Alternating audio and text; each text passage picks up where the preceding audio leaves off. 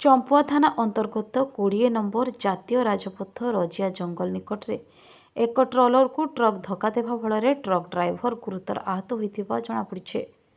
ଖବର ଅନୁସାରେ ଝାରଖଣ୍ଡ ପଟୁ ଚମ୍ପୁଆ ଦେଇ ଯାଉଥିବା ଏକ ଟ୍ରକ୍ ରଜିଆ ଜଙ୍ଗଲ ନିକଟରେ ରିମୁଳି ପଟୁ ଆସୁଥିବା ଏକ ଟ୍ରଲର ଡାଲାରେ ଧକ୍କା ହୋଇଥିଲା। ଫଳରେ ଟ୍ରକ୍ର ସାମ୍ନା ପଟ ଭାଙ୍ଗି ଚୁରମାର ହୋଇଥିବା ବେଳେ ଡ୍ରାଇଭର ଗାଡ଼ି ଭିତରେ ଫସି ରହିଥିଲା। ରାସ୍ତାରେ ଯାଉଥିବା ଅନ୍ୟ ଗାଡ଼ିର ଡ୍ରାଇଭରମାନେ ସ୍ଥାନୀୟ ଲୋକଙ୍କ ସହଯୋଗରେ ଡ୍ରାଇଭରକୁ ଗୁରୁତର ଅବସ୍ଥାରେ ଉଦ୍ଧାର କରି 108 ଆମ୍ବୁଲାନ୍ସ ଯୋଗେ ଚମ୍ପୁଆ ଉପଖଣ୍ଡ ଚିକିତ୍ସାଳୟକୁ ପଠାଇଥିଲେ। ଡ୍ରାଇଭର ଜଣକ ବିହାର ରାଜ୍ୟର ରଙ୍ଗନାଥପୁର ଥାନା ଅନ୍ତର୍ଗତ ଫୁଲରିଆ ଗ୍ରାମର ବିଟୁ ଯାଦବ ବୋଲି ଜଣାପଡ଼ିଛି।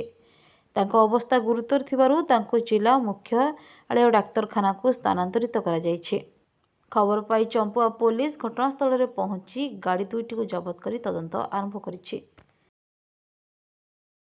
ଯୋଡ଼ାରୁ ଭଗବାନ ଗିରିଙ୍କ ରିପୋର୍ଟ, ଉତ୍ସର୍ଗ ଖବର।